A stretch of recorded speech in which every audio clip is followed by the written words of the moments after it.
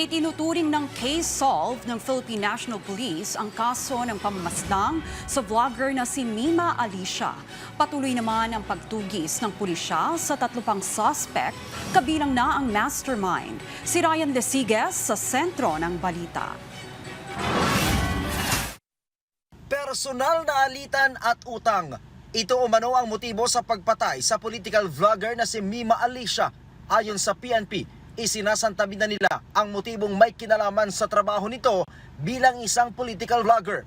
Nadagdagan pa ang bilang ng mga suspect sa krimen. Ayon kay Northern Police District Director, Police Brigadier General Ben Liner Capili, 6 na ang kabuang bilang ng mga suspect sa krimen. Mula sa nasabing bilang, 3 na ang naaresto, kabilang ang sinasabing middleman. Ang naging participation niya based doon sa investigation po namin at operational research, siya ang nagkumokontak ito kay Manolito, no?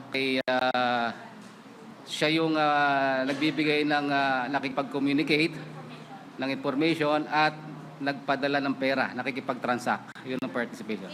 Sabi naman ni PNP Chief Police General Jose Melencio Naratates Jr.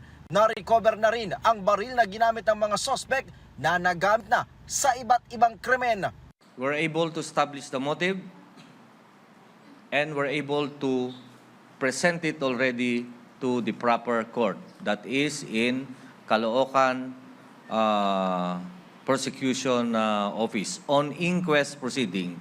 So this case is a solved one, including the Philippine National Police. Of course, the investigators didn't stop at the shooting, but were able to solve and all unmask and or solve not less than 10 cases that they have committed in the past.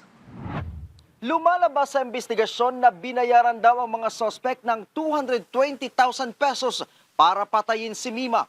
Sa ngayon tuloy-tuloy ang isinasagawang manhunt operation ng mga otoridad laban sa 3 pang suspect sa krimen kung saan kabilang dyan ang mastermind. Pero sa kabila nito, sabi ng PNP, case solved na ang insidente.